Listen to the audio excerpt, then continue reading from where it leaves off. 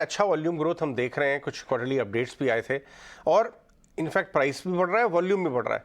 तो एक mid size real estate company Ajmera realty आज 2% ऊपर है स्टॉक। हमारे साथ धवल अजमेरा, डायरेक्टर अजमेरा रियल्टी, जुड़ रहे हैं बात करने के लिए सेक्टर में और अपनी कंपनी से भी के बारे में भी। धवल, शुक्रिया बात करने के लिए हमसे आज ईटी नाउ स्वदेश पे। सबसे पहले आप ये बताएं, जिस हिसाब से शुरुआत हुई है साल की, आपको कैसा नजर आ रहा है इस समय? आउटलुक क्या है आपका? 2023 क्या 2022 से बेहतर होने का ट्रेंड बनता हुआ नजर आ रहा है? क्योंकि इनिशियल डेटा पॉइंट जो आ रहे हैं वो उसी तरफ दिखा रहे हैं।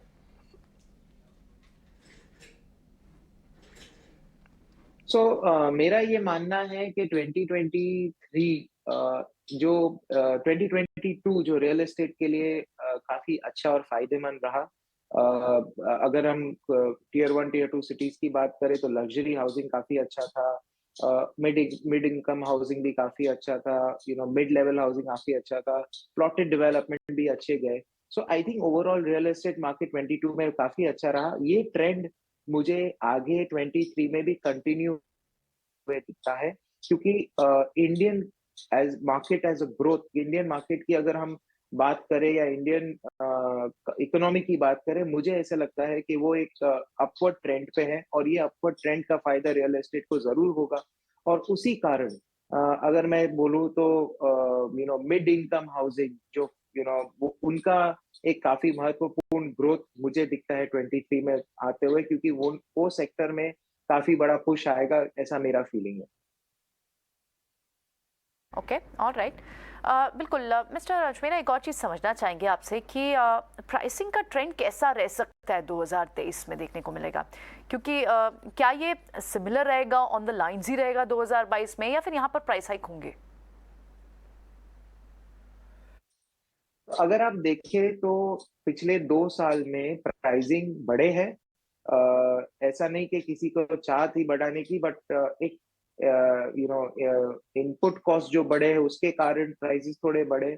ऑब्वियसली इंटरेस्ट रेट्स बढ़ गए हैं तो थोड़े कॉस्ट उसके कारण बढ़े हैं। तो ये बट सस्टेनेबल लेवल पे बढ़े हैं और एकदम हाई ग्रोथ और हाई जंप पे प्राइस नहीं बढ़े। तो ये बट एक्सपेक्टेड था, नेचुरल था और लोगों को भी ये पता था। और ये मुझे ऐसा मानना है कि अगर 2023 में भी आगे आगे जाते हुए ऐसा इन्फ्लेशनरी जंप नहीं आने वाला है, बट डेफिनेटली थोड़ा बहुत तो ऊपर प्राइस होगा। मेरा ऐसा मानना है 5 से 7% शायद प्राइस ओवरऑल बढ़ेगा, but which will be sustainable और लोगों को ये एक ग्रोथ दिखता है और वो उतने हाई, आई मीन 5-7% ग्रोथ पे एक लेवल पे लोग का बाइंग कैपेसिटी शायद डिसीजन कम नहीं होगा, बट वो उलट का कंटिन्यू रहेगी। धवल, अभी आप प्राइसिंग का ट्रेंड बता रहे थे, तो लगे हाथ जरा सेल्स का ट्रेंड भी बता दीजिए। सेल्स कैसी होंगी पैन आउट? तो हमने ये देखा है कि पिछले 1.5 साल में या 1 साल में इंटरेस्ट रेट्स काफी 3-4 बार बढ़ चुके हैं, पर वो बढ़ने के बाद भी लोगों को ये एक समझ में आ गया कि ये जो ग्रोथ ऑफ इंटरेस्ट रेट हुआ है या राइज ऑफ इंटरेस्ट रेट हुआ है वो टेम्पररी फेज है। ये परमानेंट नहीं रहेगा, शायद साल भर, शायद 1.5 साल भर, बट इवेंचुअली वो थोड़ा कम होगा। अगर मैं ओवरऑल बात करूं तो होम लोन जब 9% के ऊपर जाता है या 9 सवा 9% के ऊपर जाता है, तब थोड़ा रेजिस्टेंस लेवल इंडियन मार्केट में मुझे दिखता है। बट उसके नीचे डेफिनेटली ये लोगों का स्वीट स्पॉट अगर हम बात करें तो 7.5-8% है। अगर उससे थोड़ा 8 और 9 के बीच में शायद 1-1.5 साल तक रहेगा तो उनको इतना पिंच नहीं करता है। सो मेरा ये मानना है कि आगे जाते हुए भी थोड़ा रेट बढ़ेगा, बट वो बढ़ने का भी उनको पता है, मानसिकता है कि ये 1-1.5 साल तक है, उसके आगे it will come down and वही ग्रोथ लेवल से लोगों का बाइंग और डिसीजन मेकिंग कंटिन्यूड रहा है, जो सही है। धवल, हमने देखा है कि एक हिस्सा है रियल एस्टेट मार्केट का प्रीमियम रियल एस्टेट, जिसने 2022 में ज़बरदस्त रिकॉर्ड ग्रोथ देखी, वॉल्यूम अच्छे थे और कुछ आपके बड़े कंपेरेटर्स तो कॉन कॉल्स में कह रहे थे कि 4 बेडरूम के कोई भी इन्वेंट्री ज़ीरो हो गई है, एक फ्लैट भी बाकी नहीं है। मतलब इतनी अच्छी ग्रोथ हमने प्रीमियम सेगमेंट में देखी। आपको लगता है 23 में भी ये हाई डिमांड स्पेशली प्रीमियम वाली साइड में जारी रहेगी, या आपको लगता है अब डिमांड जो है थोड़ी अफोर्डेबल साइड पे चली जाएगी? प्रीमियम सेगमेंट ऐसा है, एक इट इज अ मेरा मानना है कि it's a direct link to obviously the economic growth of India. और अगर हम देखें इंडिया का ग्रोथ पिछले 2 साल में काफी अच्छा रहा है, हर ओवरऑल सेक्टर में हम देखें तो ग्रोथ था।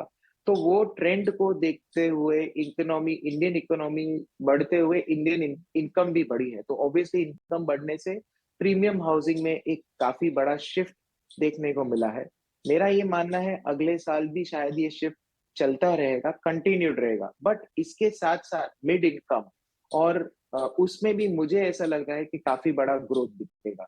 तो शायद जो प्रीमियम हाउसिंग लास्ट 1.5-2 साल में बढ़ा है उससे इसके लेवल पे शायद ना बढ़े, बट डेफिनेटली ग्रोथ रहेगा, बट मिड इनकम में थोड़ा ज्यादा रहेगा उससे।